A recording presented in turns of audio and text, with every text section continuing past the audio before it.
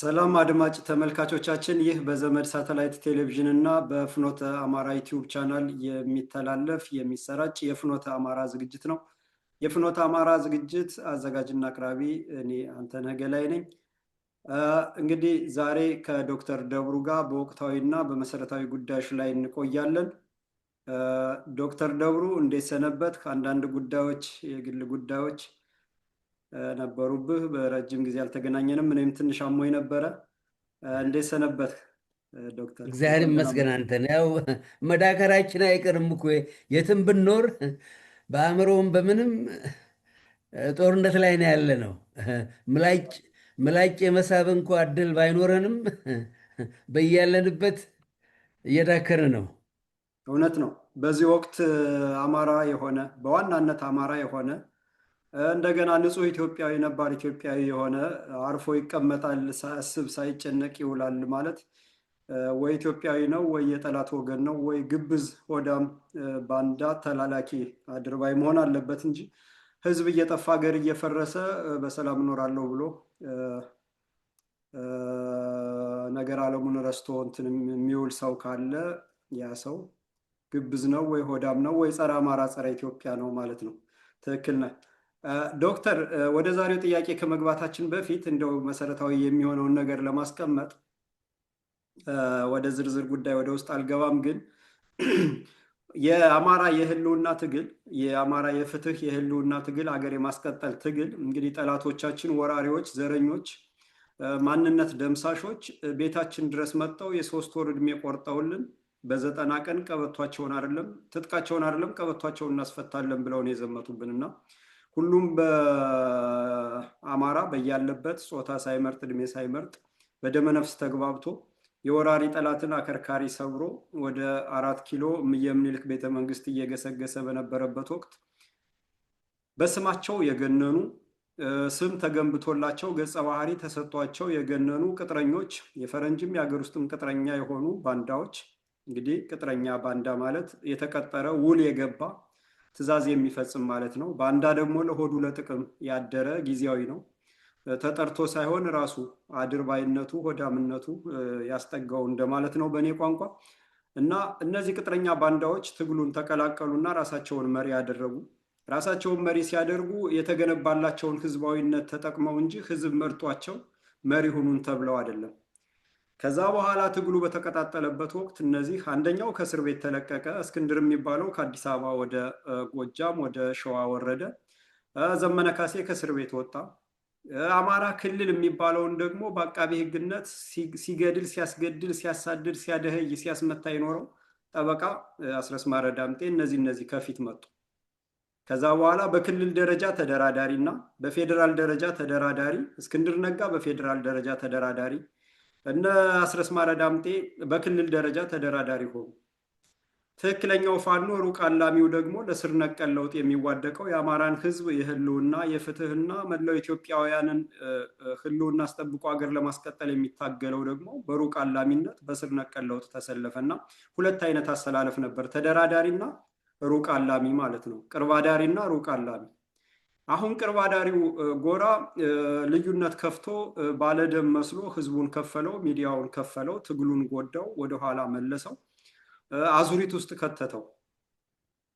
አዙሪት ውስጥ ከከተቱ በኋላ እንግዲህ ደግሞ መጨረሻ ላይ ማወክ፣ ለጠላት ጊዜ መግዛት፣ ህዝቡን ማስመታት፣ ትግሉን መሸርሸር፣ ልዩነት መፍጠር፣ አምባጓሮ መፍጠር፣ ወደፊት ሳይሆን ወደ ጎንና ወደኋላ እንዲሄድ ሲያደርጉ ኖሩ እነ እስክንድር ነጋ፣ እነ ዘመነ ካሴ፣ እነ አስረስ ማረ ዳምጤ እና ሌሎችም የነዚህ ቅጥረኞች የነዚህ ግብረ አበሮች እና አሁን ከፊሉን እጅ ሰጠ እያስባሉ ፋኖ ተበተነ የሚያስብል እየሰጡ የተቃጥረው የገቡት ባንዳዎች በተራጅ እንዲሰጡ እያስደረጉ፣ ከፊሎች ደግሞ መሳሪያ ተማዘው ተበላላን ሲሉ የነበሩት ህዝብን ለመከፋፈል አሁን ደግሞ ተመልሰን አንድ ሆን እያሉ ትግላችንን የስልጣኔ ግጭት የወለደው በማለት የትግሉን መነሻ ምክንያትና መዳረሻ ግብ ለማዛወር ለማንሸዋረር እና ለመቀየር ህዝቡን ለማምታታት እንደዚህ ድራማ እየከወኑ ይገኛሉ።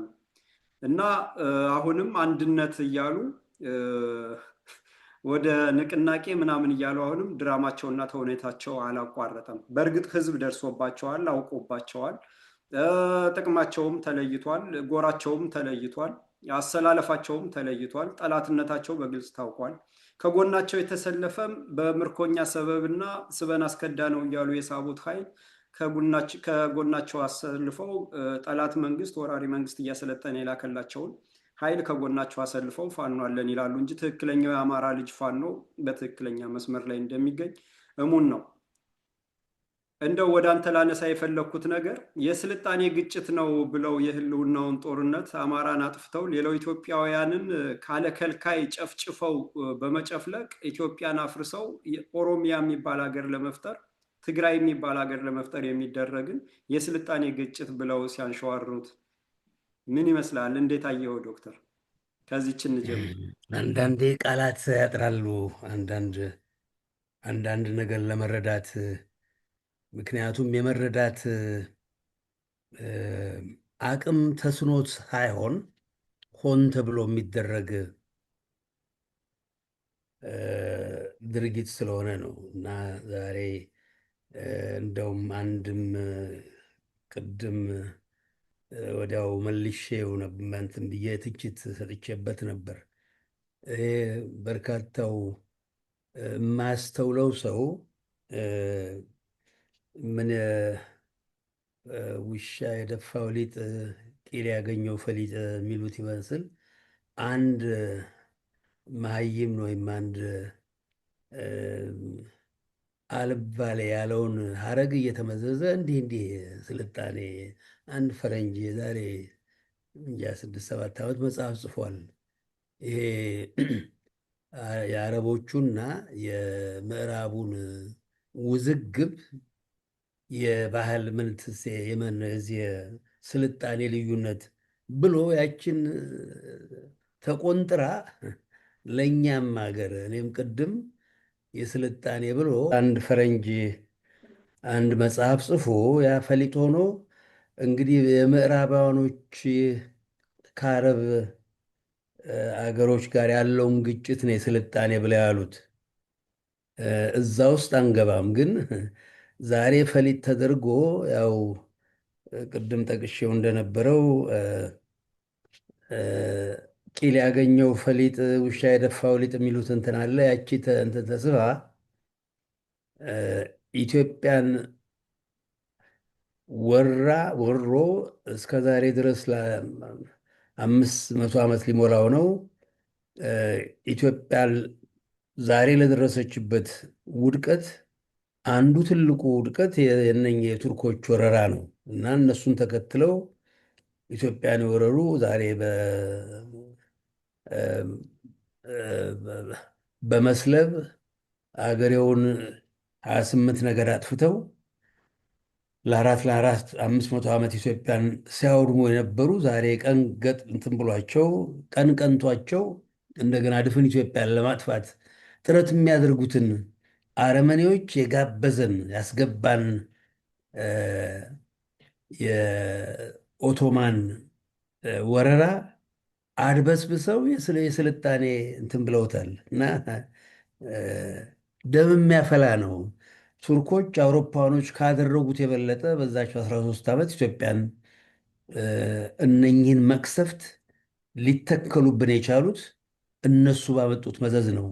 ቤተ ክርስቲያናችን በርካታ ሺህ በሚሊዮን የሚሆን ሕዝብ አልቆ እነሱ በመድፍ በጠመንጃ ምን ብለው በመጡበት ጊዜ በጎራዴና በጦር የተሰለፈ ሕዝብ ነው 13 ዓመት ታግሎ ግራኝን አሸንፎ ቱርኮችም ኢትዮጵያን እርቃነ ስጋዋን አስቀርተው የቤተ ክርስቲያን ክፈፍ ሳይቀር ዘርፈው በርካታ ሕዝብ በባርነት ወስደው የቸበቸቡ ወንጀለኞች ናቸው። ያንን የባህል ወይም የስልጣኔ ግጭት ብሎ ማለት የወንጀልን ወንጀል የመካድ ያህል ነው እና የድንቁርና ብቻ አይደለም፣ ሆን ተብሎ የሚደረግ ነው። የጠላትን መንግስት የሚሻው ነው። ያንን አድበስብሶ ወንጀለኞችን በአጋጣሚ የኢትዮጵያን መንግስታት የመጠንከር እድሉ በርካታ እንትን ባልነበረበት ጊዜ ነው እንጂ የቱርክም ሆነ የምዕራባውያኖች በእኛም ሆነ በጥቁሮች በሌሎች የፈጸሙት ወንጀል ለፍርድ የሚቀርበት ጊዜ ምናልባት ጊዜ ይፍጅ እንጂ የሚቀር ጉዳይ አይደለም እና ያን የመሰለ ወንጀል አድበስብሶ ምንድን ነው የስልጣኔ ግጭት ብሎ ማለት ግጭት ሊያጣላም ላያጣላም ይችላል። የግድ ጦርነትም መሆን የለበትም ግጭት በነገራችን ላይ እና ስሁት አስተሳሰብ ነው ባጭሩ እና ከዛም በላይ ወንጀል ነው ያም ብሎ ማለቱ። እዚህ ጋር ዶክተር ካነሳው አንድ ነገር ትዝ ብሎኝ ነው። ቱርኮች የእኛን መጣው ግራኛ አህመድን ከፊት አሰልፈው ቤተክርስቲያናችንን አውድመው ክርስቲያኑን ጨፍጭፈው እንደዚህ 17 ዓመት ሙሉ ወግተውን ነው እስከዛሬ ጠባሳው ያለቀቀ። ግን ደግሞ በዓለምም እኮ ሶፊያን የቡልጋሪያ ነው የዚህ የምስራቅ አውሮፓ ከተማ የነበረውን ትልቁን ቤተክርስቲያንም ወደ መስጊድ ቀይረዋል። እና ይሄ እምነትን የመቀየር ነው ወይንስ የመስፋፋት ነው? ኢስታንቡል ኢስታንቡል ይሄን እነሱ ያው የሶፊያን አይደለም፣ ሶፊያ ላይ የሚገኘውን አይደለም፣ ኢስታንቡል የትልቁ ቤተክርስቲያን የነበረው የሚገርም በተአምር ዛሬም ብዙ መሐንዲሶች አጥንተው በዚያ ጊዜ እንግዲህ ከሺህ ዘመን በፊት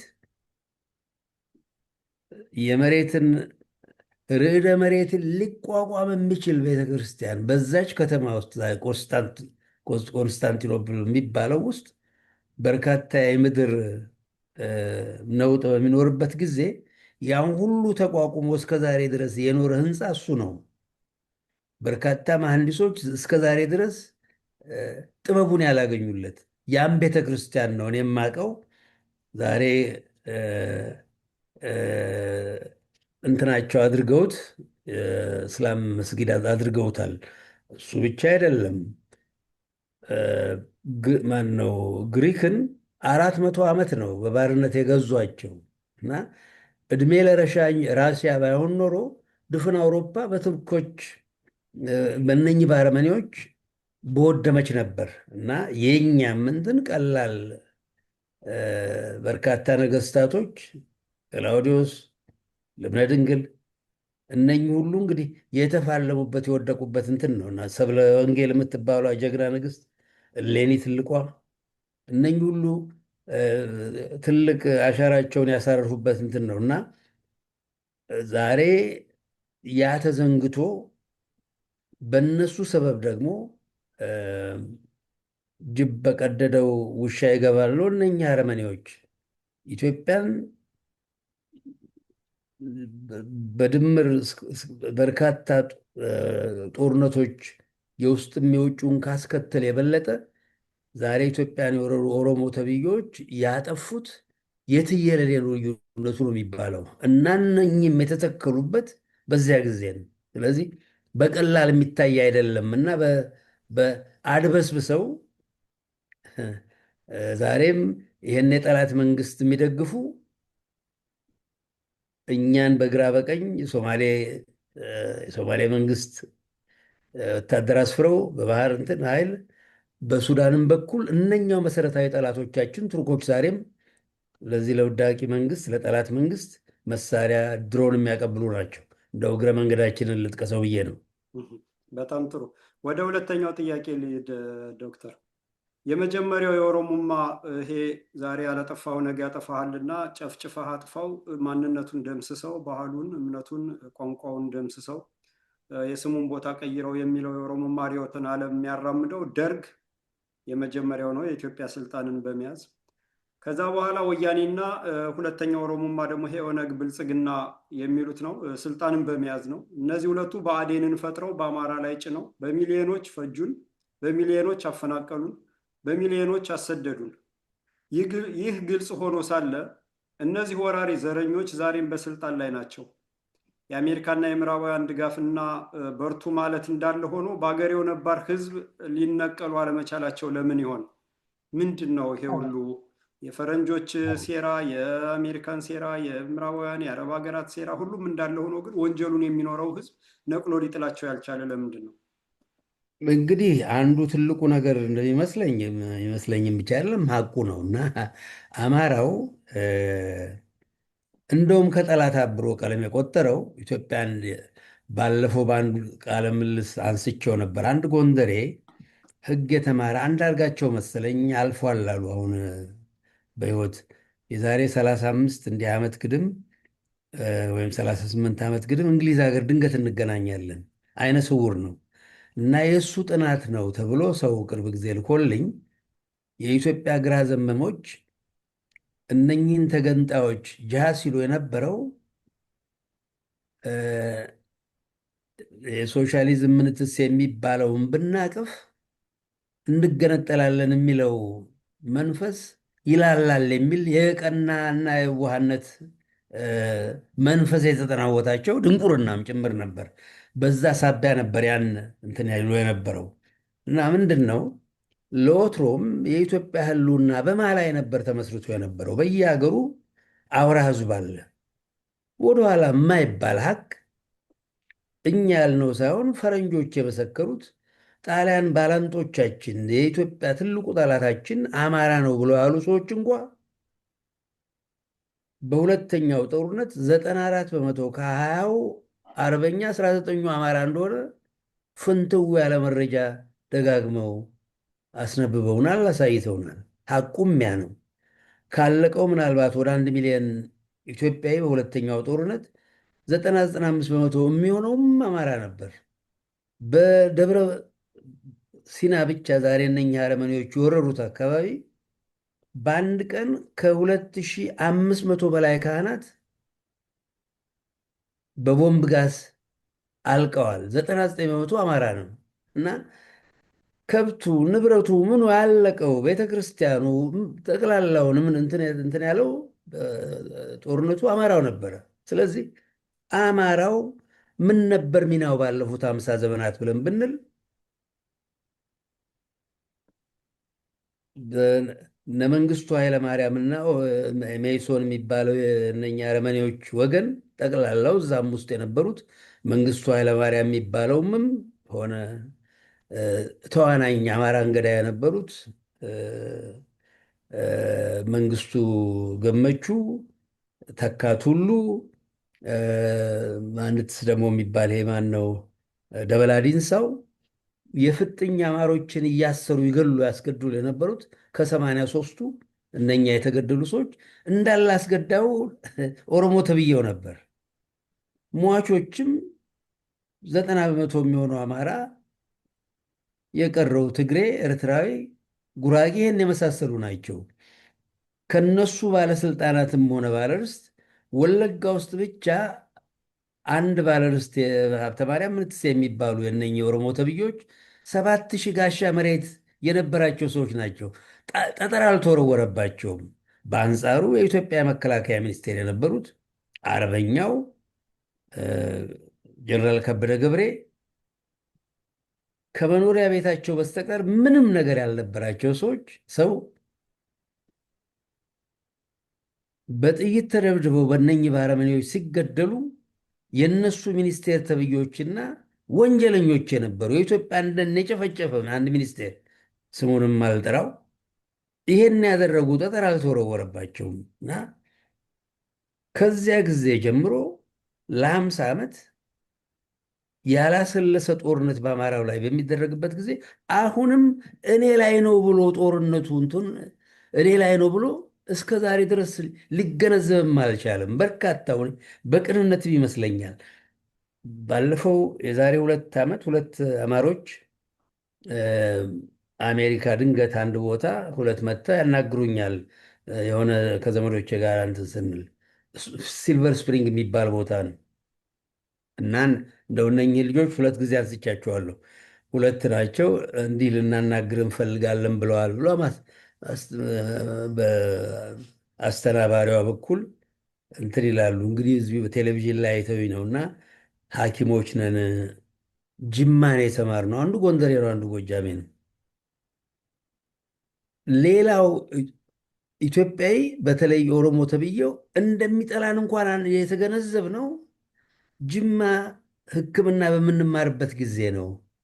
መጽሐፍ እንነፈግ ነበር እኛ በአማርነታችን እስከዚያ ጊዜ ድረስ እንኳን አናቅም ነበር የሚለው ያሉኝ ሀቅ ነው፣ እውነት ነው። ደግሞ አማራ በሌላው ላይ በደል የሚያስብ ህዝብ ስላልሆነ እገሌ ይህን ያደርገኛል፣ እግዚአብሔሩን አምላኩን ነው።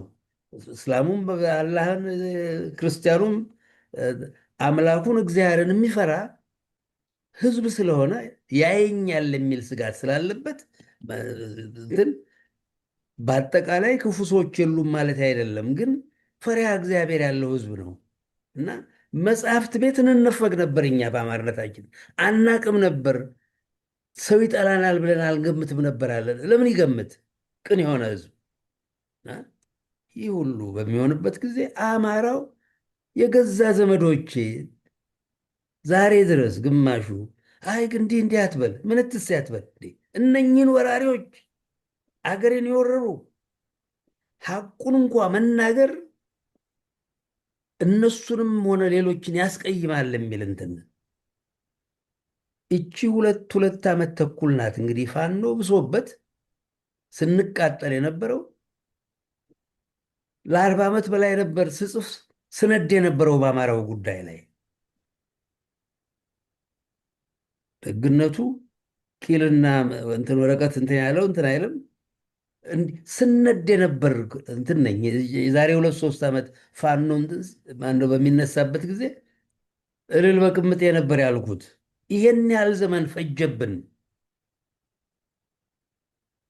አሁንም ትግሬ ወያኔ አማራን በአማርነቴ ይበድለኛል ብሎ አባቴ እንደውም ይህን ጽፌዋለሁ። ኢትዮ ሚዲያ የሚባል አንድ ትግሬ አብርሃም ነትስ የሚባል ነው። እንደውም እንትኑ በእንግሊዝኛ ነበር የጻፍኩት። አባቴ በሞተ ጊዜ እንጉርጉሮ ብዬ ምን አደረግናቸው ትግሬዎችን ይል ነበር አባቴ በሕይወቱ። ምን አደረግናቸው እነኝን ሰዎች? ለ50 ዓመት አካባቢ እንደደነገጠ ነበር አማራ፣ ድንጋጤ ላይ ነበረ። አሁን በዚህ በሰው በሚሞትበት ጊዜ በርካታው ሰው ድንገት ሰው የቅርብ ሰው በሚሞትበት ጊዜ እንክዳለን፣ አልሆነም ነው የምንለው። ለአማራው ይህን ያህል ዘመን ፈጀበት። በሶማሌ ወረራ አማራው በነቂስ ብረት እንዲፈታ ተደረጉ። መፈጀቱ ዘር ማንዘራችን ስንት አዋቂ የፈለቀበት ሐረርጌ ዛሬ የገዛ ቋንቋው መናገር ተስኖት እንደነኙ አረመኔዎች እንከፍ ከብቶች ሆነዋል። ዘመዶቼ ቋንቋቸውን እንኳን እንዳይናገሩ ተደርገው ለ50 ዓመት ያህል ያላሰለሰ ጦርነት ሲደረግበት የነበረ ህዝብ ነው። ስለዚህ ፋኖ ያውም ሱሪውን እናስፈታለን ብሎ ይሄ ሱሪ ታጥቆ ማቅ እርቃነ ስጋውን መለመላውን እንትን ይሎ የነበረ አረመኔ አማራ ይሄን ባለበት ጊዜ መሀል ሀገር አማራ ገብቶ ያኔ ነው እንግዲህ ይለይለት ብሎ ምሳሩንም ጦሩንም ምንም ይዞ ብቅ ያለና ይህን የጠላት እንትን ማርበድበድ የጀመረው። ስለዚህ ለረጅም ዘመን ያህል በድንጋጤ ተውጦ ሊያምነውም የቻለ አልመሰለኝም። እኔ ሊያምነው እንዲህ ይደረጋለሁ የሚልም እምነት አልነበረውም። ግን አሁን አይነ ጥላው እየተገለጠ ዛሬም ደጋግመን እንደምንለው ዛሬም አማራው ጥቂቱ ነው የተነቀነቀው የተናጠው። ገና ገና ገና የሚነቀነቅ በሚሊየን የሚነቀነቅ እስካሁን ድረስ ጉዳዩ ያልገባው እንዲገባውም ያልፈለገ በርካታ አለ። ስለዚህም ነው የዳር ሀገሩ አማራ ዛሬ በተለይ ከግማሽ በላይ የሚሆነው አማራ ዳር ሀገር ያለው ነው። ጦር የተመዘዘበት አትኖርም፣ በቋንቋ በባህል ዘፈንን አዘፍንም ተብሎ እዱር የሚኖረው ዳር ሀገር ያለ አማራ ነው። ስለዚህ እነሱም በሙሉ ምናልባት ወለጋ ውስጥ ጥርዥ ብርዥ የሚለው ትግል ከሚያደርገው በስተቀር የቀረው በወለድ አግድ እንደተያዘ እንትን ነው። ዛሬ ተጠምዶበት እንትን ያለው ብረት የለው ምን የለው። ስለዚህ እነኚህ ሁሉ ናቸው። የአማራ ቁጣ አይፈለግም የነበረው ለዚህ ነው። እኛ ከተቆጣን ሌላው ጽድቁ ቀርቶ በወጉ በኮናይ ነው። ጦር አይሰበቅ ይቆጣ አማራ። ይሄን ነበር የምንመኝ የነበረው እና እኛ ቀለም ፊደል የቆጠር ነው። ትልቁ ኃላፊነታችን ይህን ህዝብ የማስገንዘብ ጉዳይ ነው እና ምንም ስጋት የለኝም። አንተነህ እኔ ምንም እርግጥ መከራችን በዛ 50 ዓመት ያህል እንትን ማለቱ ግን የዘለቄታ ከአሁን ወዲያ እንዳያዳግም አማራ እንዳያርመው እና ለተፈጸመው ወንጀል አስፈላጊው ህጋዊም ባይሆን አስፈላጊው እንትን የሚደረግበት ጊዜ እንትን ነውና እስኪያልፍ ያለፋል ነው እና በአጭሩ ያችን ልበል። በጣም ጥሩ ዶክተር፣ እዚህ ጋር አንድ ነጥብ እናንሳ። እንግዲህ የስነ ልቦና ስሪታችንን፣ የሀገር መስራችነታችንን፣ ለሀገርና ለሕዝብ ተቆርቋሪነታችንን በትዕግስትና በሆደ ሰፊነት ጉዳዮችን እያየን ከዛሬ ነገ ወራሪዎች፣ ባንዶች፣ የጠላት ተላላኪዎች ይለወጣሉ እያልን ችላ ማለታችን እንዳስቀመጥከው እንደገለጽከው ሆኖ ወደ የሐሰት ትርክቱ ስንመጣ ዶክተር በ1974 ሄነሪ ኪሲንጀር የጻፈውን ዘማንዋል የሚባል እንግዲህ ታውቃለህ፣ ኢትዮጵያን በዘር በሃይማኖት ከፋፍለን የቀውስ ምድር አድርገን ያንን ቀውስ ደግሞ አሜሪካ እንድትቆጣጠረው በማድረግ ጥቅማችን እናስከብራለን ባሉ ማግስት ንጉሱ ተገረሰሱ። ደርግን አምጥተው አማራ ላይ ጫኑት። ከዛ በኋላ ለአማራው የሐሰት ትርክት ተፈጠረ እና እነዚህ ጠላት የውጭ ፈረንጆች መልምለው ያሰለጠኗቸው ድርጅቶች እነ ሻዕቢያ፣ እነ ወያኔ፣ እነ ኦነግ አማራ ላይ አማራ ወራሪ ነው፣ ትምክተኛ ነው፣ አህዳዊ ነው፣ ጨፍላቂ ነው፣ ቅኝ ገዥ ነው፣ ጨቋኝ ነው የሚል ፈጠሩ። እነ ዋለልኝ መኮንን እንዲያራግቡት ተደረገ። ከዛ በኋላ በየትምህርት ቤቱ እንዲነገር ተደረገ። ሚዲያዎች፣ ጋዜጠኞች እንዲያራግቡት ተደረገ። ከዛ አዋቂ ሰዎች እየተባሉ የፖለቲካ ትንተና እንዲሰጡበት ተደረገ። ከዛ በኋላ የካድሬ ማሰልጠኛ ሆነና በህዝቡ ስነ ልቦና ውስጥ እንዲሰርጽ ተደርጎ ወደ ፖሊሲነት ወደ ህግነት ተቀየረና አማራን መምታት ለዛ የሐሰት ትርክት አስቻይ፣ አማራን መግደል ፍትህ ማወራረድ እንዲመስል ተደርጎ አማራው ራሱ እንግዲህ አንተም እንደገለጽከው 40 ዓመት ሙሉ ስትጽፍ የሚሞግትህና የሚታገልህ ራሱ አማራው ነው እና አብዛኛው ሰው ተቀብሎታል። አንተ ብቻ ነህ እንዲህ የምትል ታስፈጀናለህ የሚባል የፍርሃት ቆፈን ፈጥረው የፈጠሩት የሐሰት ትርክት መሰረቱ እየታወቀ ይሄንንም ሰብሮ አለመውጣቱን አብሮ ማያያዝ አስፈላጊ ነው ባይነኝ ዶክተር። ያነሳሁትም ለዛ ነው። ምክንያቱም አባቶቻችን የሰሩት ገድልና ጀግንነት ታሪክ ወደ መጥፎነት ተቀይሮ አኩሪ ባህላችን ኢትዮጵያን ኢትዮጵያ ያደረገው በዓለም ታዋቂ ባህላችን ትውልድ እየቀረጸ ያሳደገ እምነታችን ወደ አጥፊነት ተቀይሮ እንዲደመሰሱና እንዲጠፉ ተደርጎ ማንነት የሌለው መሰረት የሌለው ባህልና ሰይጣናዊ ባህል የኢሬቻ ሰይጣናዊ አምልኮ ዋቄፈና እየተባለ ብልት ቆርጦ ግንባር ላይ የሚያስር ገዳ ስርዓት እየተባለ እንዲህ አይነት ነገር በዩኒስኮ ተመዘገበ ምናምን እየተባለ ሲሰራ የዚህ ተጠቂ የሆነው ህዝብ እንደው ከዚህ ሐሰት ትርክትስ እንደው ከእውነቱ ጋር እንዴት ነው የሚታረቅ? እውነትን ማጥፋት አይቻልም። አሁን የሐሰት ትርክቱ በራሳቸው እየተናደ ነውና ይሄንንስ እንዴት አብረታ እያይዘዋል ዶክተር? እንደው ካነሳው ጋር ስለሚያያዝ ነው። መቼም በእውነት ነው ደጋግሜ የምለው የአንድ ማህበረሰብ ትልቁ ሀብቱ ንብረቱ ያወቀ የነቃ ህዝቡ እንትኑ ተወላጁ ነው። እኔ ለእኛ እንግዲህ ነገር ያነሰዋል። ለምን ያሆነ የትምህርት ስርዓቱ ምንትሴ ብዙ ነገሮች አሉ ምክንያት። በአጠቃላይ ግን ለተማረ መማር ማለት ማወቅ ነው። እኔ ዘመዶቻችን የገጠሩ ሰው በርካታው አማራ እርግጥ ከተማን የፈጠረ አማራም ቢሆን በርካቶች ዘመዶቻችን ወገኖቻችን እንደ በርካታ ኢትዮጵያዊ ገጠር የሚኖር ህዝብ ነው እና የቀለም የቆጠረው አማራ የእናት አባቱ ልጆች ለመሆን ተሳነው። ጠላትን ማስደሰት ፎቃቃ ትል ነበር አንድ አባቴ ታላቅት።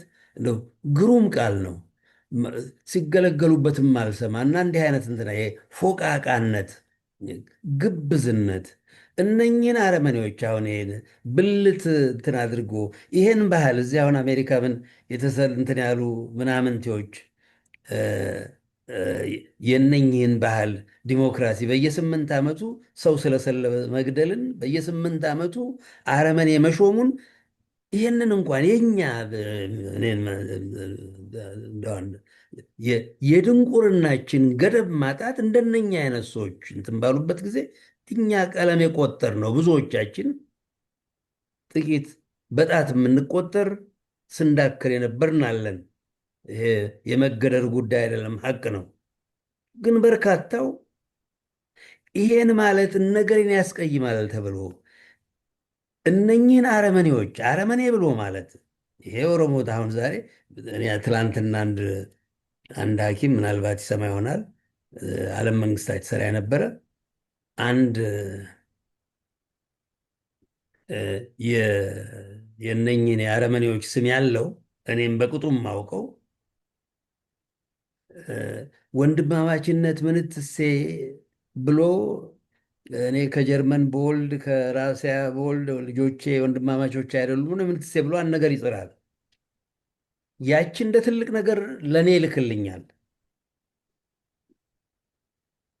ስም አልኩት እዛው ላይ ምናልባት ሰማኝ እልክለታለሁ። ይህን ነገር እንትን ጋር ስም አልኩት።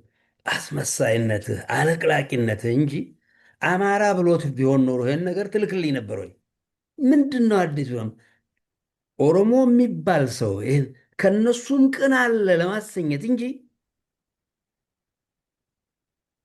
ይህን ተራ ማንኛውም ኢትዮጵያዊ ማንኛውም አማራ ማንኛውም ሌላ ከኦሮሞ ከሚባለው ውጭ ትክክል ነው የሚለውን ጉዳይ እንደ ትልቅ ነገር አድርገህ ይላክልኝ ብዬ አልማርኩትም። ይሄ እንግዲህ ኢትዮጵያ ውስጥ 7-8 አግኝቶ ሕክምና ተምሮ ምን እንትን ያለ ነው። እንዲህ አይነት ነው የበከተው በርካታው። እና የእኛ ቀለም ቆጠርን የተባልነው ሆዳሞች እንደነኛ አይነቶቹ ምናምንቴዎች ቀንድ ባለመምታታችን ነው። ነፍስ ያላቸው ኦሮሞ ተብዬዎች እኔን የሚሰሙ ምንድን ነው ዓለም መንግስታት ነው እዚህ ባንክ አይኤምኤፍ የሚሰራ አንድ ጊዜ ስለ እኔ ይጽፋል። እኔ እንደውም ማውቀው በጣም ጥሩ ሰው ነው። ምንድን ነው ኃጢአቴ? መጥፎነቴ ምንድን ነው? የእናንተ ምንነት መግለጼ ነው ወይ? ቅን የሆነ ሰው እንደውም ኦሮሞ ተብዬ አንድም ነገር ገሌ ገሌ የሚናገረው አንድም ሐሰት የለው ሀቅ ነው ትክክል ነው ሊል ይገባ ነበረ አልኩት። እኔ እናንተ ይህን አለኝ አላለኝ ጉዳይ አይደለም። እኛንን አንተን እኛንን እነሱን ያጠገብን ነው የምለው። ለዚያ ያበቃን አዲስ አበባ ውስጥ የዛሬ 1500 ዓመት ውቅር ቤተ ክርስቲያን የተከለባትን የአዲስ አበባን ከተማ እነኛ አረመኔዎች ከብቶቻቸው እንኳ ከ100 ዓመት በፊት ያረገጧትን የእኛ ናት ብሎ ሲል የሁላችንም ናት። እንዴት አባቱንስና ነው እንደውም ጋት መሬት በኢትዮጵያ ውስጥ የሌለው አዲስ አበባ እኔ ብሎ ሲል ይህም ብዬ በምልበት ጊዜ የሚከላከለኝ ይሄ አማራ ተብዬው ነው ቀለም የቆጠረው እንዲህ አትበል። ስለዚህ እኔ አሜሪካ ስላለ ምዕራባውያኖች ለእኛ የተኙበት ጊዜ የለም። ይህን አሸንፈው ነው እነ ቴዎድሮስ እና አፄ ምኒልክ የፈረንጅን ሴራ እንትን ብለው ነው አሸንፈው ነው ይህን ያደረጉት። ለእኛም ሆነ ለማንም ጎበዝ ሕዝብ ነጭ ላልሆነ ተኝተው የማያውቁ ሰዎች ናቸው ምዕራባውያኖች። በምንም አይነት እኔ አሁን ኪሲንገር የምነኝ ይህን ሁሉ ልናሸንፍ የምንችለው እኛ አንድ ስንሆን ነው። እኛ አማሮች ምንም ቅን ሕዝብ ስለሆነ አባ ብሂሉ አስተሳሰቡ አቶ አሉ አሉብህ አቶ አሉ አሉብህ አትበድል ብትበደል ይሻላል የሚልን ህዝብ ማንንም ወሮ ማያውቅ ይሄን ህዝብ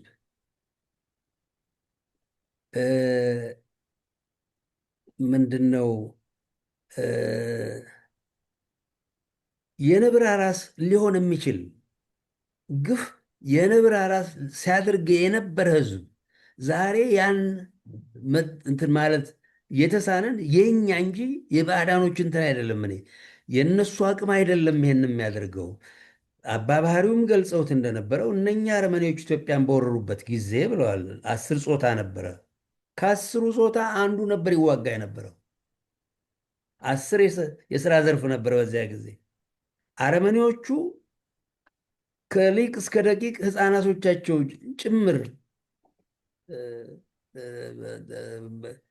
ሰው በሚገሉ በሚያቃጥሉበት ጊዜ የኛ የኢትዮጵያኖች የበርካታ የአማራው እንትን አንዱ ብቻ ነበር ይዋጋ የነበረው።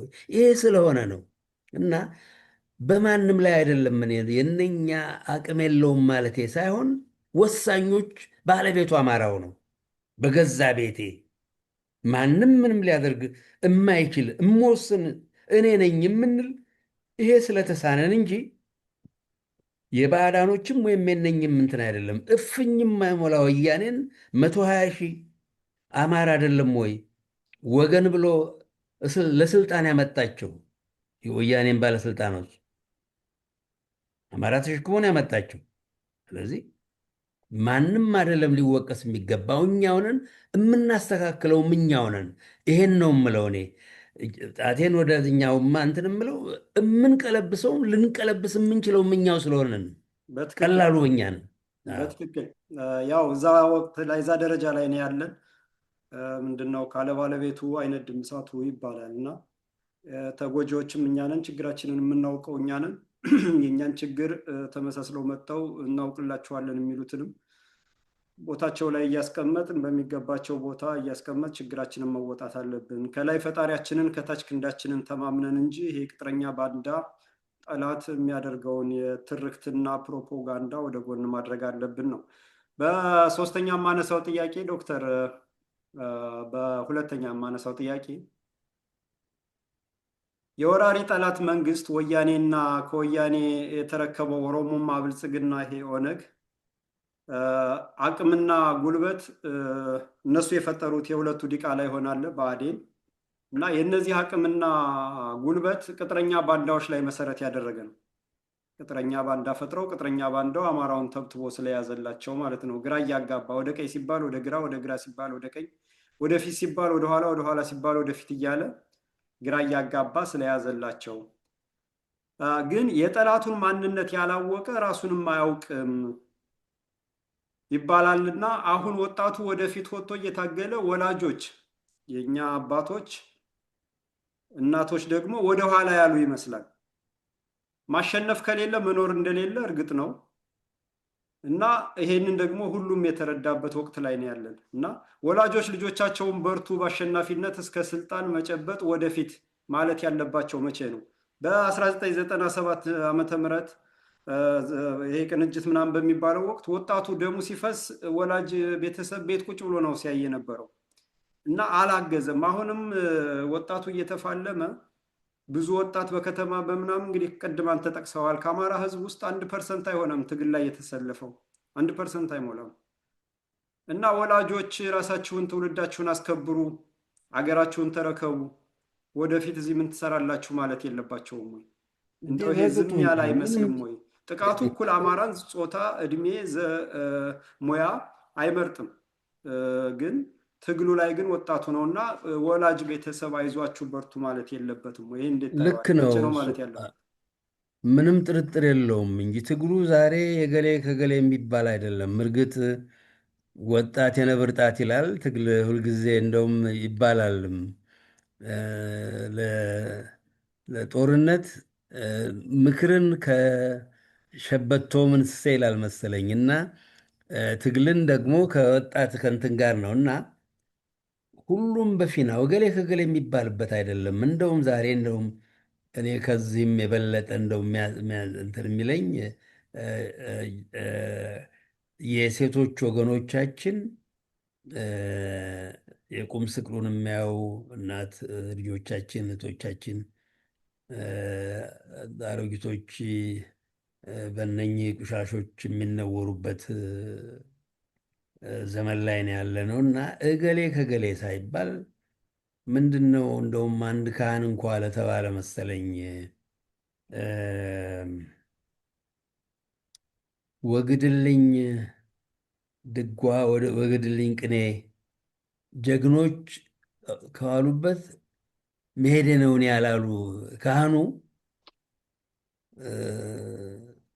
በቃ እጅ ብሎት በጠላት ጊዜ እንግዲህ ይሄ የጠላት ጠላት ነው። የጠላት እንኳ ማነው እነኚህ የኢትዮጵያን ቤተ ክርስቲያን በጠላትነት ቢያይም ጣሊያንም ላጥፋት ብሎ ዛሬ እነኛ አረመኔዎች እንደሚያደርጉት ካህናትን እና ቤተ ክርስቲያንን ሆን ብሎ ያቃጠለበት አጋጣሚ ጥቂት ነው። ዛሬ ኦሮሞ ተብዬው እነኛ አረመኔዎች ምንም እምነት ሳይበግራቸው መጨረሻ ወሮ በላ ሁሉ ጳውሎስ እንትን ምንድን ነው ጳጳስ ተብዬ ቤተ ክርስቲያን ሲያቃጥሉ፣ ታቦት ሲያነዱ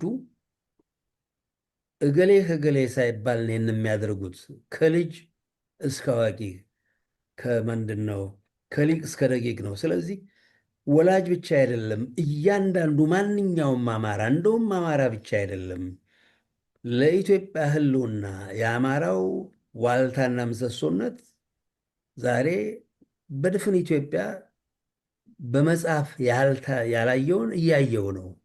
አማራ ከስልጣን እና ሕልውናው አደጋ ላይ በደረሰበት ጊዜ የቀሩት ኢትዮጵያኖች ከዛ የዳኑበት ጊዜ የለም። ከጋሞችን ጥበበኞችን የሀገራችንን ልብስ የሚሰሩ ጥበበኞችን 20 ሺህ በላይ ነው አረመኔዎች ከአዲስ አበባ አፈናቅለው ወደ ገሙ ጎፋ እንትን ያሏቸው። እነኚህ የማንም ጠላቶች ናቸው። የአማራው ብቻ ሳይሆን የእያንዳንዱ ሌላው ኢትዮጵያ ጭምር ነው። ኦሮሞ ተብዬውም ነፍስ ያለው ሊዋጋቸው በተገባ እነኝህን አረመኔዎቹ። የትግሬውም ነፍስ ያለው ትግሬ ለራሱ ብሎ ለሌላው ሳይሆን ለራሱ ብሎ የወያኔ ትግሬዎችን በወረንጦ እየለቀመ ለፍርድ ማቅረብ አለበት ነው ምለው። ስለዚህ የአማራውን ትግል በፊናቸው ማንም አማራ ከልጅ እስከ አዋቂ ጉዳይ ብሎ ሊዋጋለት፣ የቀረውም ኢትዮጵያዊ ለአማራ ብሎ ሳይሆን ለራሱ ብሎ ነው።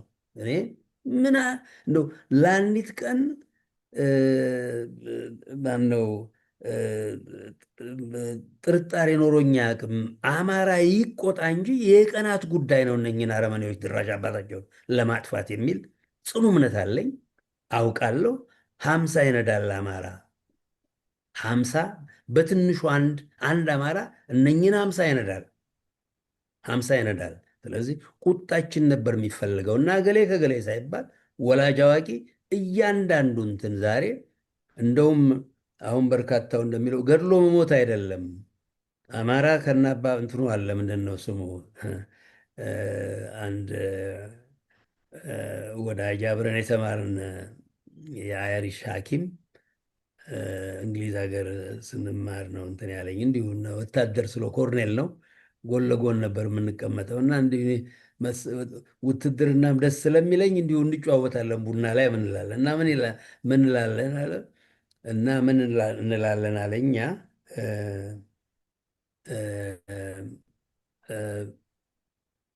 ፋይት ኤንድ ረን አዌይ ሶ ዛት ዊ ካን ፋይት የት አናዘር ዴይ እንላለን አለኝ እና ተዋጋና አምልጥ ሌላም ቀን እንድትዋጋ የሚል ፈሊጣለን ይለኛል።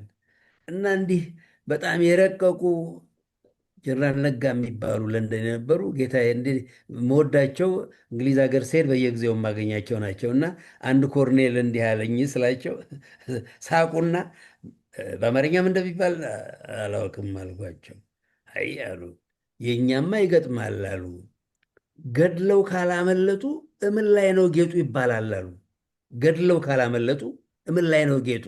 ስለዚህ እኛ እንደውም ስነ ቃልም አለን። ገድሎ መሞት አይደለም ገድሎ እንደገና ለመሞት ማምለጥም ጭምር ነው። ስለዚህ አማራን የመሰለ እኔ በማድግበት ሐረርጌ ማንደፍሮ የሚባል ሽፍታ ነበር። አንድ ሻምበል ነው መሸታ ቤት መታው ደበደበው አሉ እና ልጁ ጎበዝ አማራ ነው ምንጃሬ ነው። ገለበጠ ጣለና በገዛ ሽጉጡ ቆጠረበት ሰውየው እና ደንገባ እዛፍ ላይ ወጥቶ ክብሪ ማን ነው እንግዲህ የገጠር ሰው ነው። አሁን ደርግ ፈቶት ነበር አሉ መሰለኝ ታሪኩን ሰምቼ በቃ የምንወደው ሹሩባ እንትን ያለ ነው እና ባትሪ ተከቦ በርካታ 10 20 ወታደሮች ተከታትለው ደን ውስጥ ገብቷል። እንደምንም ብሎ ሾልኮ ዛፍ ላይ ባትሪዋን ሸጉጦ ባትሪዋን ነው የሚተኩሱት እነሱ እዚህ ነው ያለው ብለው እሱ አምልጧል። አምልጦ ተይዞ በጃንሆይ ጊዜ በደርግ ጊዜ ተፈታ። እንደውም ሕግ ተማራሉ ያ ሰውዬ እና አማራ እንዲህ ነው ይቆጣ እንጂ እና ስለዚህ እያንዳንዱ አማራ ነው የነብር አራስ መሆን ያለበት። የሚያምርብንም ያ ነው። መለሳለስ፣ አረመኔን ከወገን መቁጠር ከነኝህ ጋራ ትዳር አለኝ ብሎ እንትን ማለቱ ትልቁ ሳንኪያ ነው። ምክንያቱም የሚታመን አይደለም እና መዓት አባባል አለ እና እንደውም የጊዜው እንትን አለ እነሱና ምንድን ነው አማራና እነሱ ይላል በግና ተኩላ ነው የሚለው እና የማይታመን ታሪክ ያሳየን ነው እና ታሪካዊ ሰዎች እንሁን። የአባት አያቴ ቅድመ አያቶቻችን ጮሌነት፣ አዋቂነት እንትን ሊለን ይገባል ዛሬ በቃ እና እያንዳንዱ አማራ ይችን ሀገር አያት ቅድመ አያቶቼ የፈጠሯት ናት። ባለቤት ነኝ ባለቤት ነኝ። ለቀሩትም አውራ ህዝብ ነን። ይሄን ያደረግን የማለት እንትንም አለን። ትጥቅ የመንፈስ ትጥቅ ያስፈልገዋል። ይሄን ማለት ያ ብቻ ነው የሚያዋጣን። ምክንያቱም በምንም አይነት እነኚህ የላም አሸናፊ ናቸው። ተክሌን ይላታል የላም አሸናፊ። ላሞች አንዳንዴ በሮችን ወይፈንን እንትን ይላሉ እንውጋ ይላሉ እና ይሸሹላቸዋል። ተከታትላ ልውጋ ትላለች የላም ነገር እና የዛ ባህሪ ያላቸው ናቸው። ከጅብ የሚለዩ አይደሉም። እነሱን ልክ የሚያስገባ የቆረጠ አማራ ብቻ ነው። ያንን ነውን ነው በአጠቃላይ። በጣም ጥሩ ዶክተር። ከመጨረሻ አንድ ጥያቄ ቀርታኛለች። ሁለት ጥያቄዎች አሉን። አንደኛዋን ላስቀድም።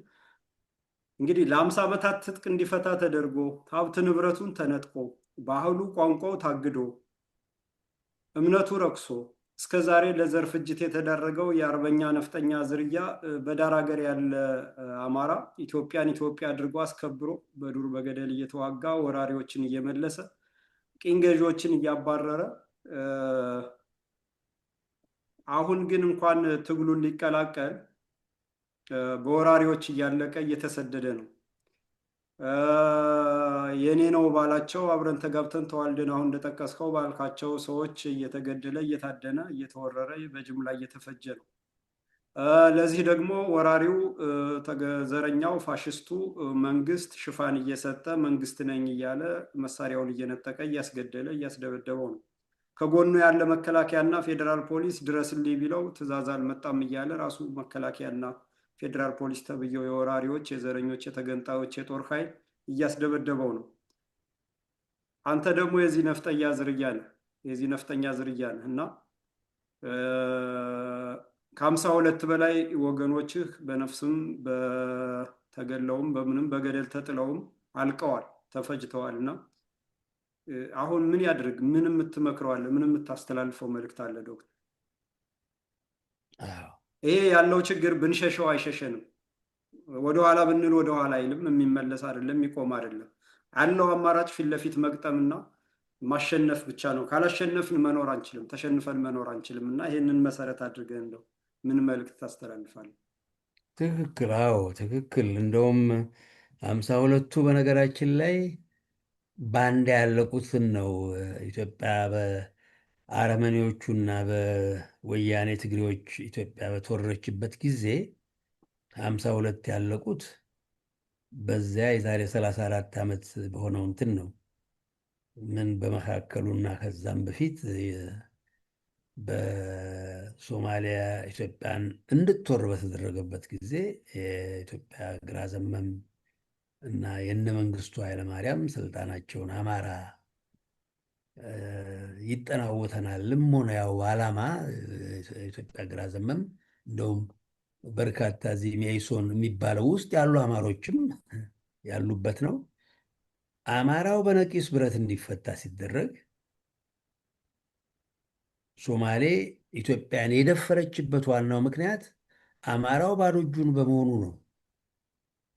ባዶ እጁ መሆኑ ብቻ አይደለም። እኔ በተወለድኩባት ከተማ እና በተማርኩበት ሂርና አስበተፈሪ በአንድ ቀን ብቻ 72 የአማራ ልጆች አስገድሏል። ደመቀ ባንጃው የሚባል የመንግስቱ አንጋች የነበረ የወንድሜ ባልንጀሮች እንዲሆኑ ተማሪዎች 72 ተገድለዋል በአንድ ቀን ብቻ። እና ሶማሌ ኢትዮጵያን በወረረችበት ጊዜ በቤታችን ብቻ የእናቴ ዘመዶች 14 ሁለቱ አርበኞች የነበሩ የእናቴ ወንድሞች ብረታቸውን እንዲያስረክቡ ተደርገው ጥይት አይደለም የባክል አረዷቸው። 14 አልቀው የእነኛን የሟቾቹን 4 የልጅ ልጆች ሶማሌ ወስዷቸው ዛው ቀርተዋል። እና ምን በጠላት ጊዜ የጠላት ሰነድ ነው እንትን የዛሬ 90 ዓመት ሐረርጌ ውስጥ 40% የሚሆነው የሐረርጌ ነዋሪ አማራ ነበረ። የሐረርጌ ጠቅላይ ግዛት ከአንድ ሶስተኛ በላይ 40% ነበር። የሐረርጌ ነዋሪ አማራ ነበረ። እንደው ግምት እንዲሆን 120 ሺህ ወታደር ነው አድዋ ላይ ተዋጋ የሚባለው። 25 ሺህ ጦር እንግዲህ የአማራውን ብዛት ለመግለጽ ያህል ነው። 25 ሺህ ጦር የጦሩ ዋና የጦር አበጋዝ የነበሩት ራስ መኮንናቸው ጃንሆይ አባት ናቸው። 25 ሺህ ጦር ትልቁ ጦር የሐረርጌው ጦር ነው። ሁለተኛው ጦር የማን ነው? የራስ አሊ ራስ ሚካኤል ናቸው። ሶስተኛው ማለት ስታቲከም የጎጃሙ ናቸው 12 ሺህ እና እንደውም የትግሬ ጦር 5 ሺህ ነበር። በነገራችን ላይ እንዲህ አድርጎ ያቆማት እንትን የነፍጠኛው አማራ ደምና አጥንት ነበረ። እና ዛሬ ሀብት ንብረቱ ተወርሶ ቤቱ ተቃጥሎ አቀርቅሮ እንዲኖር ዛሬ በየቀኑ የአማራው ቁጥር እየሳሳ ነው የሚሄደው። እየሸሸ ከሀገር እየወጣ እያለቀ በሃይማኖት የማይገናኟቸው ቆቶ የተባለው የእስልምና ያው ምስላም ሊባሉ የማይገባቸው የአረብ ስም የያዙ እንጂ እስላሞችም አይደሉም፣ አርመኔዎች ናቸው። የአማራውን ልጅ ሀብት ንብረቱን ቀምተው ልጅህን ካልዳርክልን ንቀህን ነው እንገላለን፣ ሀብት ንብረትን እንወስዳለን እየተባለ አማራው ልጆቹን ለአረመኔዎች እንዲድር እየተደረገ ያለበት ሁኔታ ዛሬ ያለንበት እና በርካታ ራሳቸውን እያጠፉ ስለዚህ ኢትዮጵያን ኢትዮጵያ ያደረገው የጀግና ዝርያ የነበረው የጀግና ፋኖች ዝርዮች የነበሩ ናቸው ዛሬ የሚታደኑ ዘራቸው እንዲጠፋ የሚደረገው። ከግማሽ በላይ የሚሆነው አማራ ዳር ሀገር የሚኖረው ነው። ስለዚህ ምንድን ነው የሚባል አባባል አለ፣ ጋን በጠጠር ይደገፋል ነው። እና የፋኖ ዛሬ መጠናከር መሀል ሀገሩ ትልቁ የፋኖ ድጋፍ ዳር ሀገር ያለው አማራ ነው። እነኛን ደረስኩልህ ሊል የሚችልበት እና እዛም ያለው አማራ አላንዳች ይሉኝታ ሞት ላይ ቀር ዛሬ ተዋርዶ ከሚሞት አማራ ይል እንደነበረው 10 ሞት መጣ ቢለው አንዱን ግባ ብለው ነው። መኪናውን ባጃጅ የሚባለውን ንብረቱን ነገ አረመኔ ሊያቃጥልበት ሊያጠፋበት እየቻለ ያን በሚያደርግበት ጊዜ ይሄን ከማድረግ ይልቅ አንገቱን፣ ነፍሱን፣ ህይወቱን የሚያሳድርበት መሳሪያ ከነኙ ከአረመኔዎቹም ሊገዛ ይችላል።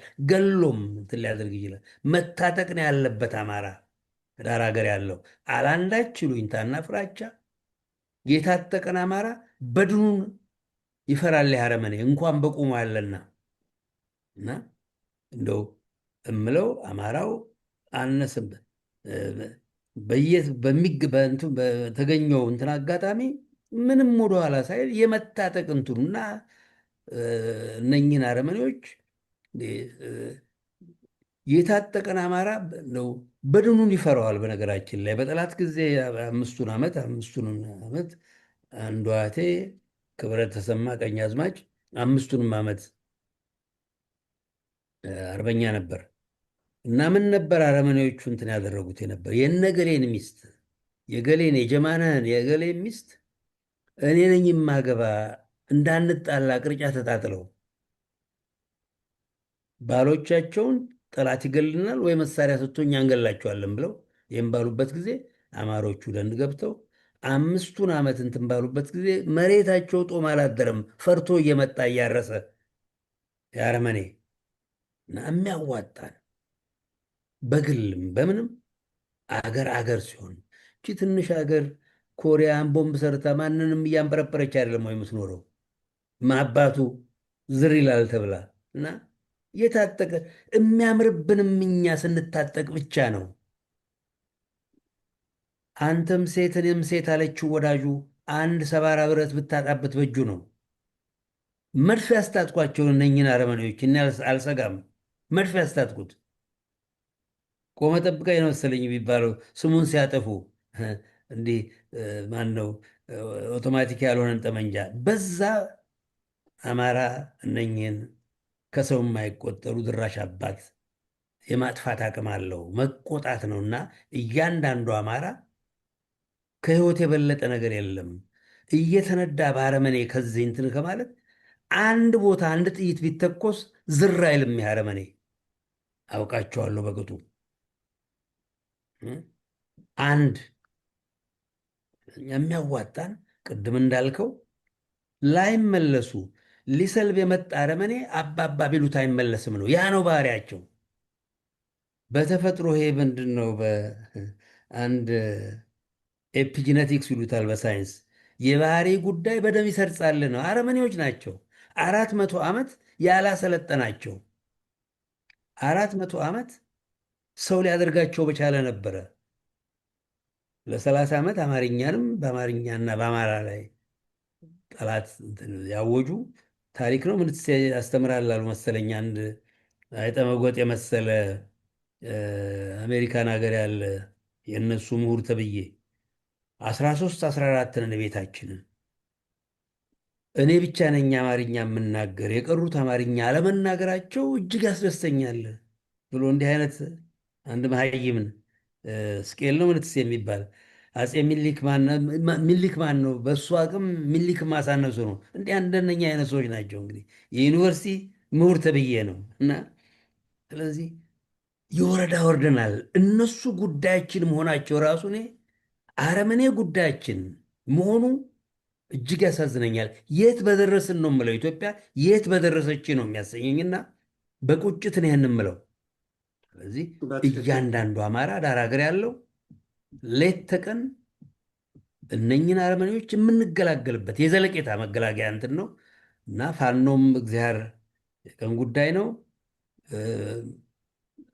ይደርስለታል። ቢደርስለት እንደው ለነኝህ እንደው መንፈሱ ራሱ አዲስ አበባ አካባቢ ዝር ቢል እንኳ እነኛ አረመኔዎች ምንም ጥርጥር የለውም ይሸሻሉ። ይጥለቀለቃል አገር እነ ኬንያምን ሶማሊያ ይጥለቀለቃል በእነኝህ በአረመኔዎች። ፈሪዎች ናቸው፣ ጅብ ናቸው እና ያን ያድርግ ነው ባጭሩ። አሁን ያለው ነባራዊ ሁኔታ የሚያሳየው ያ ነው። ምክንያቱም ወንጀል ህዝብ ጨፍጭፎ አርዶና ደም ጠጥቶ ጽንስ አውጥቶና ብልት ቆርጦ በሰላም መኖር አይቻልም። ወንጀለኛ ወንጀል የፈጸመ ያረደ፣ ቤት ያቃጠለ፣ የወገረ በሙሉ ይጠየቃል። ይሄ ደግሞ ግዴታ ነው። ግን እንደ አጠቃላይ ሁኔታ አማራ እንኳንና ታጥቆ ባዶ እጅም ይፈሩታል። እንግዲህ አብራራው ይዞ ቆመ ጠብቀኝ ይዞ ነው ድሮን ታጥቀውና ታንክ ይዘው እንዲገቡ ያስገደዳቸው። ያንንም እየማረከ ነው አስታጥቄን የተባለው የወራሪው ጦር። ግን ዋናው ቁም ነገር አሁንም መሳት የሌለብን አሁን ለምሳሌ ጎጃም ላይ የፋኖ መሪ ነን ያሉ ቅጥረኛ ባንዳዎች እነ አስረስ ማረ ዳምጤ የሚባሉ የወያኔ ውሃ ጠጥተው ያደጉት መተህ ሩጥ እያሉ ከተማ ሲመጣ ገጠር ግባ፣ ገጠር ሲመጣ ከተማ ግባ እያሉ ፋኖውን እያምታቱ ሰልጥኖ የሚላክላቸውን በምርኮኛ ስም እየሰበሰቡ በዘመነ ስም ተስቦ የተከዳ እያሉ እየሰበሰቡ ፋኖውን እያወኩ መበተን መፈወዝ እያሉ ከአካባቢው እያራቁ አሁን ፋኖ ሲመጣ መከላከያ ሲመጣ ጥለህ ውጣ እያሉ የታጠቀውን መሳሪያ ይሄ ወራሪ ጦር ለመንጠቅ ገበሬው ጋር እየተሰማራ ነው። የሚገርም ነገር ዶክተር። እና ያወቀው ገበሬ ቀድሞ ይንቃል፣ ቦታ ይዞ ይነቃል፣ ቀድሞ ቦታ ይዞ ይጠብቃል። ያኔ እንደዛ ሲሆንበት ይመለሳል። ስራ ላይ ያለውን እርሻ ላይ፣ አጨዳ ላይ፣ ጉልጓሎ ላይ፣ አሁን ደግሞ ምርት መሰብሰቢያ ነው፣ እዛ ላይ ያለውን ባልታሰበ ሰዓት እየሄደ መሳሪያ እንዲነጥቅ መንገድ እየመራ ፋኖውን ወደ አንድ አቅጣጫ ቦታ እያስቀየሩ መሪነን ባዮች ቅጥረኛ ባንዳዎች እንደዚህ እያስደረጉ ነው። እና ቆፍጠን ማለት ያስፈልጋል ነው። ከአካባቢው ሲነቀል አንድ ሰው ከአካባቢው ሲነቀል፣ ከቦታው ሲነቀል ከትግሉ እየተነቀለ መሆኑን ሊረዳ ይገባል። አካባቢው ወገኑ ለመረጃም፣ ለቀለብም፣ ለስንቅም፣ ለእንቅስቃሴም፣ ለትግልም መውጫ መግቢያውን ለማወቅም መሰረት ነው እና ከዚህ እያራቁ ከጠላት በወያኔ ከኦሮሞማ በነተመስገን ጥሩነህ በኩል እያደረገ ወደ እነ አስረስ ማረ ዳምጤ ወደ እነ ዘመነ ካሴ የሚወርደው ትዕዛዝ ፋኖውን እያወከው ይገኛል። አማራው ደግሞ ዳተኛ ሆነ። የጠላት ቅጥረኞችን በ2 3 4 5 6 ሞክሮ የከሸፉትን አሁንም ተስፋ እየሰጠ አሁንም ሰው የሚሆኑ መስሎት እየጠበቀ ብዙ ጀግኖች እያለቁ ነው። በነገራችን ላይ በድሮን እያስመቷቸው ህዝቡንም አንዳንዴ ደግሞ ባላሰበበት ሂዶ ይሄ ወራሪ ሚሊሻ እያሰለጠነ መሳሪያ እየነጠቀ ይገኛል እና ይሄም ትልቅ ትምህርት መውሰድ አለብን ነው ካለፈው። ለመጨረሻ ማነሳት ጥያቄ ዶክተር፣ ይሄ ወራሪ ዘር አጥፊ የጠላት መንግስት ነው ፈረንጅ የቀጠረው በዶላር እና በጠላት መረጃ በቴክኖሎጂ በጠላቶች በዚህ በፈረንጆች ቴክኖሎጂ በፈረንጆች ገንዘብ በፈረንጆች ኃይል የቆመ ጸረ ኢትዮጵያ፣ ጸረ አማራ፣ ጸረ ኦርቶዶክስ የሆነ ወራሪ መንግስት ነው ያለው። ጸረ እምነት፣ ጸረ ባህል የሆነ ወራሪ መንግስት ነው መንግስቱ። እንግዲህ ህዝቡ ተረጋግቶ እንዳያስብና እንዳያሰላስል በማድረግ በድንጋጤ በፍርሃትና በቀውስ ውስጥ በማስገባት ትኩረቱን ነጥቆ ግንዛቤውን ተቆጣጥሮታል። ትኩረቱን አቅጣጫ አስቀይሮታል።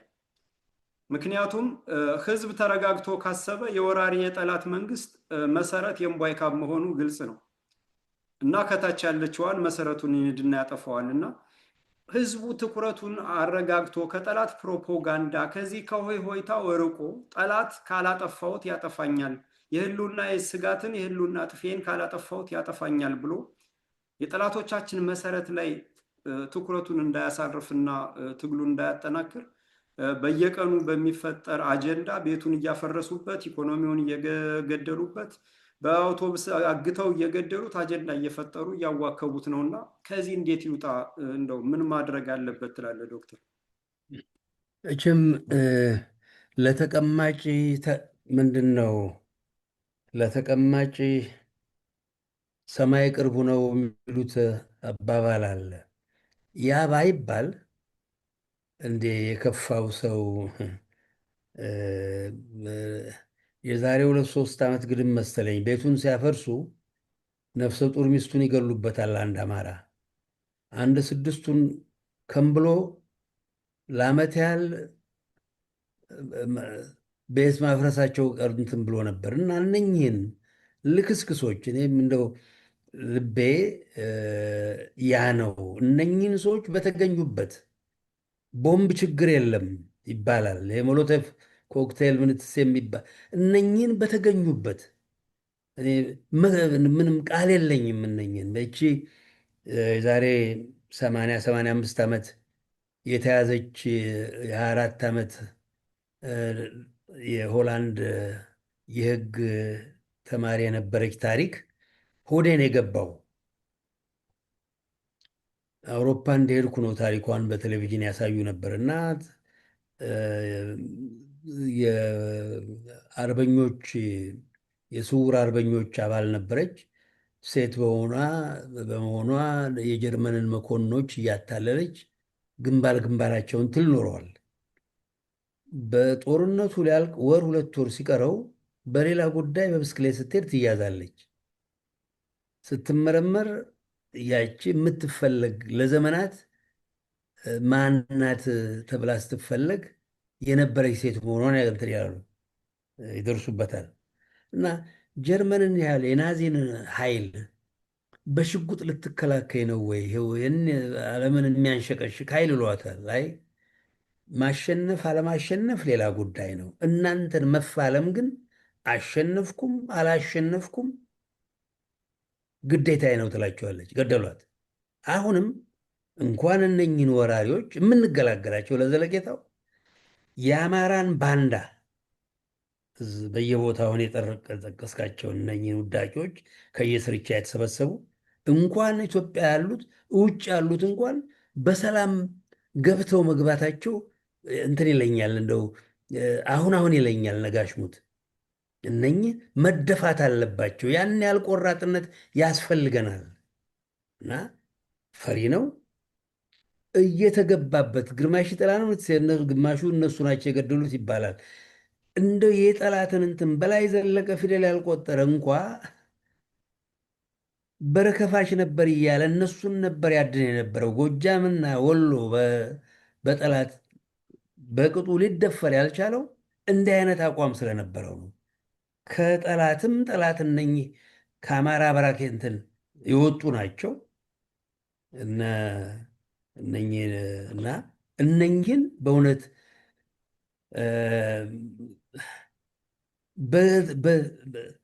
እንደው የደረሱበት ድራሳቸውን የማጥፋት እንትን ግዴታ አለበት። እያንዳንዱ አማራ እገሌ ከገሌ ሳይባል እንዲጨነቅ ራሱን እንዲያጠፋ እነገዱ አደባባይ የሚቀርቡበት እንደነሱ አይነት እና እዛም ሀገር እንትን ያሉበት እነኝህን ልክስክሶች በሙሉ እነኛ አረመኔ እንትን ስጋ ነው አሉ የሚከፍተው ስጋ ቤት ነው። ሌላ ነገር አያውቅም። ከብት የሚነዳው እና ስራቸው አረቄ መጠጣት፣ ያው ከእንስሳ የሚሻል አይደለም። መልከስከስ፣ ስጋ መብላት ነው።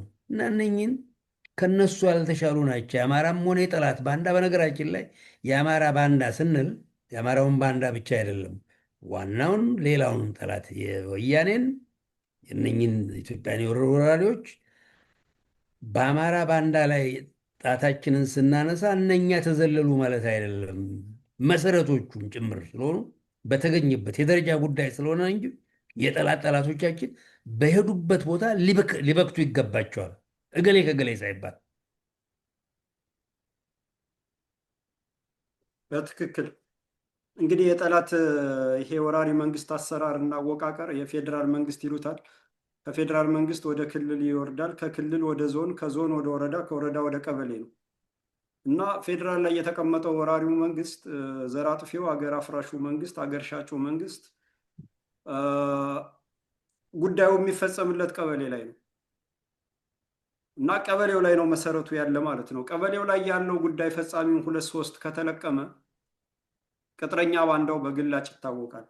ቅጥረኛ ባንዳው ቦታውን ከተሰጠ ከታረመ ከሁሉም ቦታ እንደ አረም እንደ ወረርሽኝ አረም ስለሆነ አርሞ ከስሩ ነቅሎ ከተጣለ አበቃ ማለት ነው። ይሄ አንድም ትልቅ ስትራቴጂ ነው።